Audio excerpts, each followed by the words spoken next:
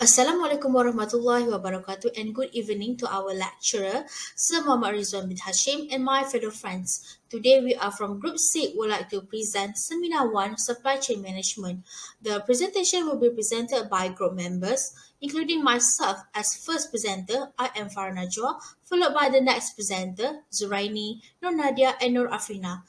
Without further ado, I will start with definition of supply chain management. Supply chain management is the centralized management of the flow of goods and services and includes all processes that transform from raw materials into delivering final products to consumer. It involves an active management of supply chain activities in order to maximize customer value and gain a competitive advantage in the marketplace. Next, history of supply chain management. In 1905, supply chain is attributed in the newspaper called The Independent. Prior to it, the concept of network of supplies, producer or manufacturer and customer has been around for quite some time. However, supply chain management wasn't coined until 1980, so the field is still young compared to the related areas such as procurement, logistics, and manufacturing, which all of these areas play a role in supply chain management. In early stages, the first example of production with a truly global supply network was most likely rum. The supply chain in this case started with the slaves who were moved from Africa to the Caribbean to grow the sugarcane, which came from India and ended industrialized in the United States.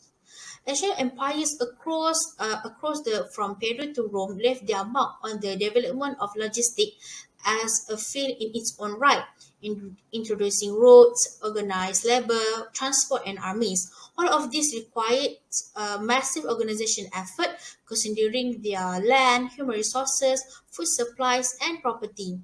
From these ancient times up until 18th century, all part of supply chain were kept mostly in local due to lack of larger transport option and the high cost of moving goods around the world.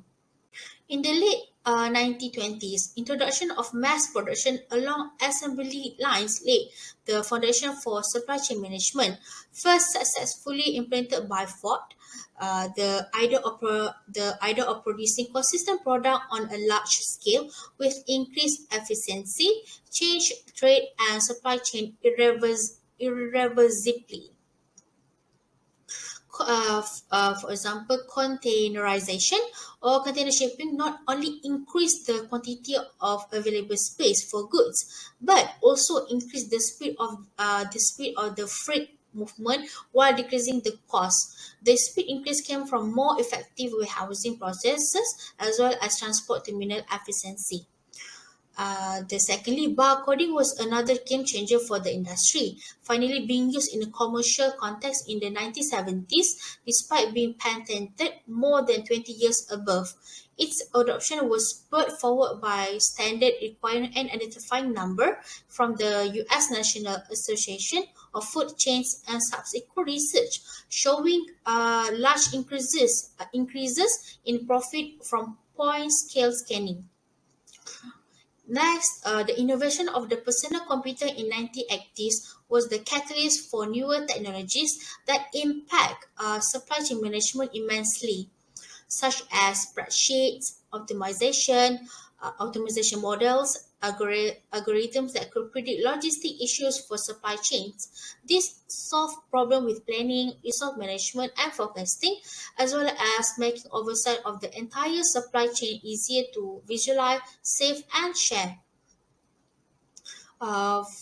Because of the faster and stronger computers, it was closely followed by the development of systems such as Enterprise Resource Planning System and EDI, which is Electronic Data Interchange, were introduced decades earlier.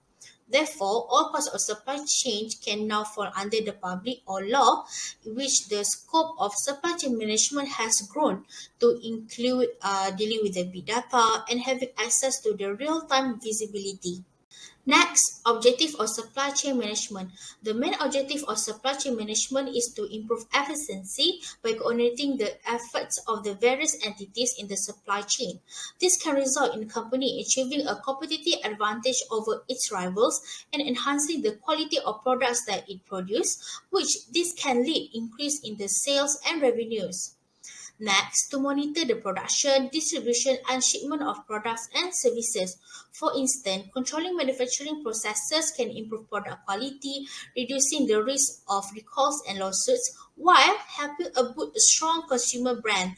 At the same time, controls over shipping procedure can improve customer service by avoiding costly shortage or periods of inventory oversupply. Moving on to the importance of supply chain management. Why is it important, especially for companies with large and international operation? First and foremost, identify potential problems. When a customer orders more product than the manufacturer can deliver, the buyer mostly can complain of the poor service. Because of that, the manufacturer can recognize the problem immediately through the data analysis, where the manufacturer may be able to anticipate the shortage before the buyer is disappointed with the services provided. Secondly, optimizing price dynamically. Seasonal products have a limited shelf life. At the end of the season, these products are typically scrapped or sold at a deep discount. For example, airlines and hotel industry, they have a perishable products which typically adjust prices dynamically to meet the demand. By using the supply chain management, similar forecasting techniques can improve the margins even for their own non-perishable goods. Thirdly, improving the allocation of the available to promise inventory. Technological advances such as analytical software tools help to dynamically allocate the resources and schedule work based on the sales forecast, actual orders, and promised delivery of raw materials. In that case, manufacturer can confirm a product delivery date when the order is placed, thus significantly reducing incorrectly filled orders. Lastly, better distribution. Supply chain management can maximize the efficiency of the distribution site. Marketer or distributor can achieve an optimized level of distribution by utilizing all the resources properly.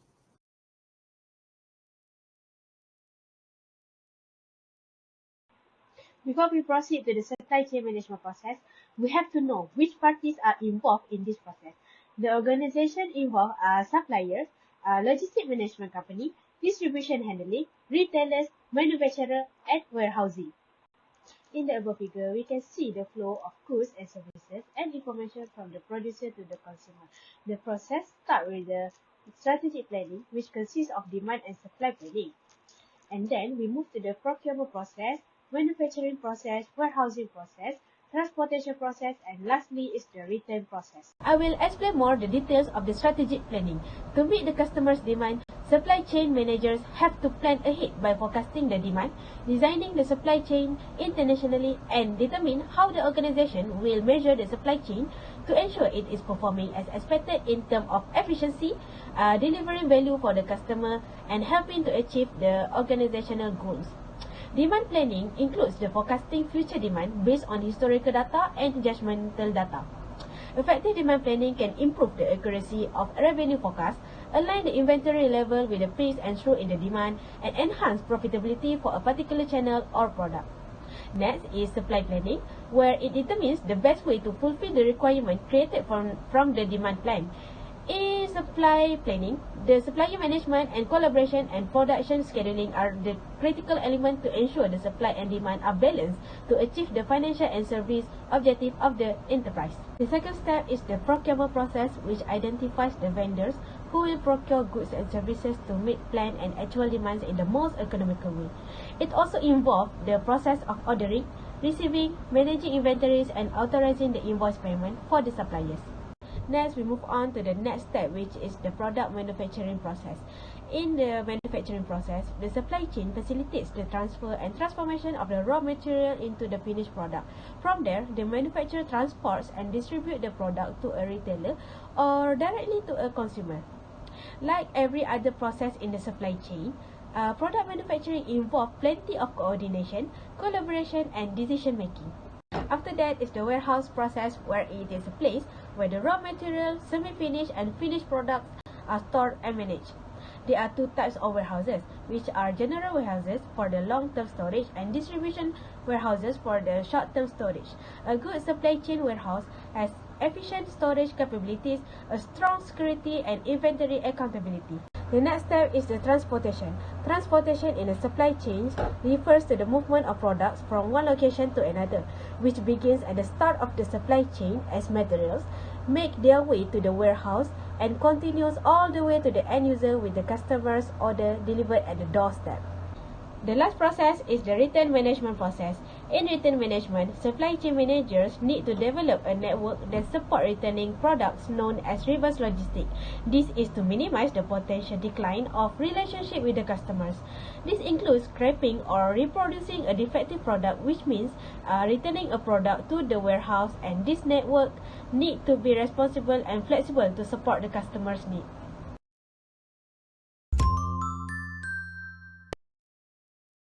Actually, supply chain management are at around us. I can take an example from our favorite fast food restaurant, McDonald's. An analysis of McDonald's Corporation indicates that it is a fast food retail chain store based in the US, and it is known as the world's largest chain of hamburger fast food restaurant.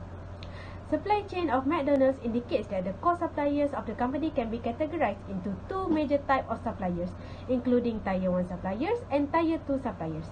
Tier 1 category are suppliers that provide processed food, and Tier 2 comprises of suppliers that are mainly growers and processors. The processed food and the raw materials are being shipped through the logistics services provider to the distribution center by using refrigerated and multi-temperature trucks to keep the freshness of the materials. When the requirement for such materials at restaurant, they are being ordered to the distribution center, which lead to their transportation via logistic management system across the company. Materials as delivered to the company from the distribution centers are then processed finally for their consumption by the final consumer through the McDonald's. The management of supply chain is ensured at McDonald's with a view to achieving timely delivery of finished product to their final consumers. Now, I'm Afrina will explain the pros and cons of the supply chain management. The first advantage of supply chain management is to reduce operating costs, because it can help company to lower various costs like transportation costs, warehousing costs, packaging costs, and any wastage costs. It then will increase profitability of a company. For example, purchasing costs can be reduced as the retailer quickly deliver their product to avoid bearing holding costs longer than necessary. Next is higher efficiency rate. Supply chain management will increase the efficiency rate of a company, as they are able to react right away. If there are any issue or problem occur, it helps prevent any delay of business process. The company will ensure that all materials are timely acquired for facilitating uninterrupted production of product. Besides, company can plan in advance any solution. For example, they can implement backup plans, such as sourcing materials from other backup vendors to avoid delay. Another advantage is better collaboration. Supply chain management can bring a better collaboration among distinct parties of business. It focuses on establishing a suitable communication channel inside the company to avoid misunderstanding and disagreement. It is important to have the ability to communicate, as supply chain managers are able to use this accurate, timely, and relevant information to reduce costs, boost asset productivity, as well as to improve customer service. It will smooth the flow of information among all stakeholders like employees, customer, and supplier, then enhance understanding, which lead to create a better collaboration. Lastly, easily identify problem areas, because supply chain management can bring companies to recognize any issue that is adversely affecting its reputation and profitability. Supply chain manager can monitor every department performance and identify which department is lacking in implementing its duties. In absence of this concept, companies will find it difficult to find problem areas, as every department will blame each other departments for any delay and failure that erupts. Now, we move on to the disadvantages of supply chain management. first is lack of top management commitment and support. Top management support is identified as the most important facilitator for implementation of supply chain management. The importance of top management can be seen when looking at the several barriers such as incompatible technological system, lack of common supply chain management perspective, dispute among supply chain management, and inadequate employee skill. Certainly, this barrier can be brought down with the strong top management support. Second is lack of coordination between various departments. Supply chain management can only operate if all the company's departments work together, and if departments are at a loggerhead, the system will collapse. Unclear organization decision can create challenges and confusion to employees in terms of design and daily management of supply chains. For example, problem will arise if the marketing department does not inform the production department about the possible order, or if they fail to identify the best supply chain partner and the period to finish the product.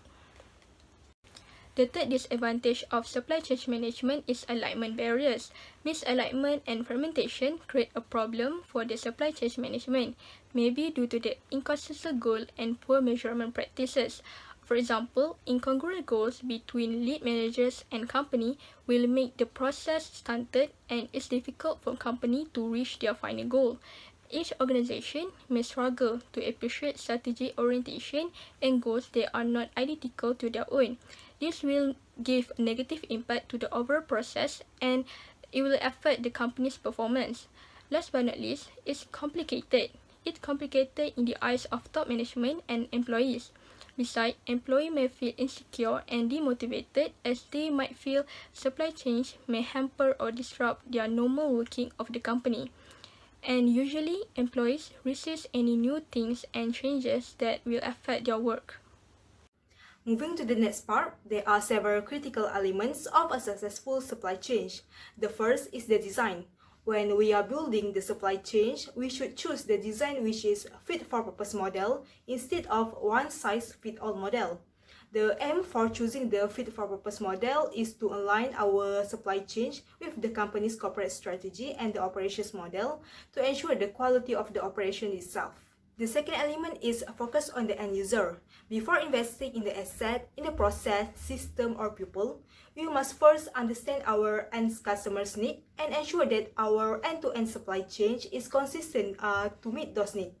For example, to deliver an online shipment within 24 hours, there are various elements must be synchronized, including the planning, the production, the warehousing, the sales, and finally the logistics to ensure that our customers' expectations are met.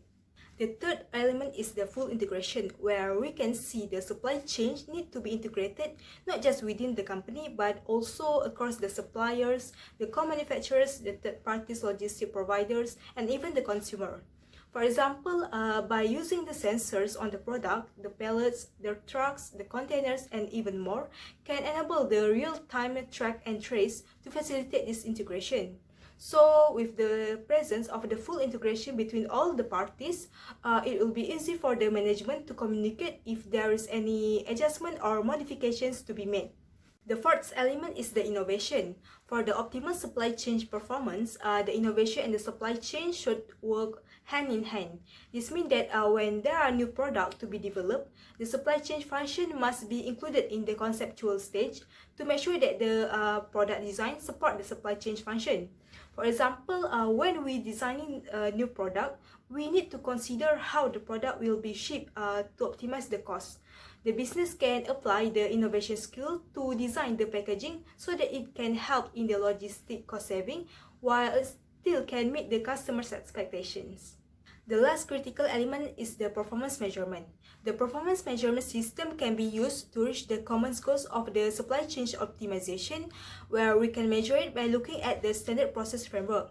Once the process have been identified, thus the monitoring for the cost effectiveness, the employee's productivity, the process efficiency, the cycle time, and even the quality can be developed.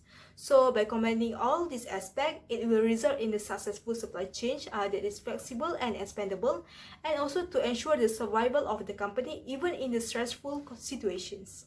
The next part is about what supply chain management system option do the medium-sized business have. That's mean what kind of software do the business can use to implement the supply chain management. So there are several supply chain software that can be used by the medium-sized business. One of them is the ERP software. Under the ERP, there are several products such as the SSERP and the Orchestra.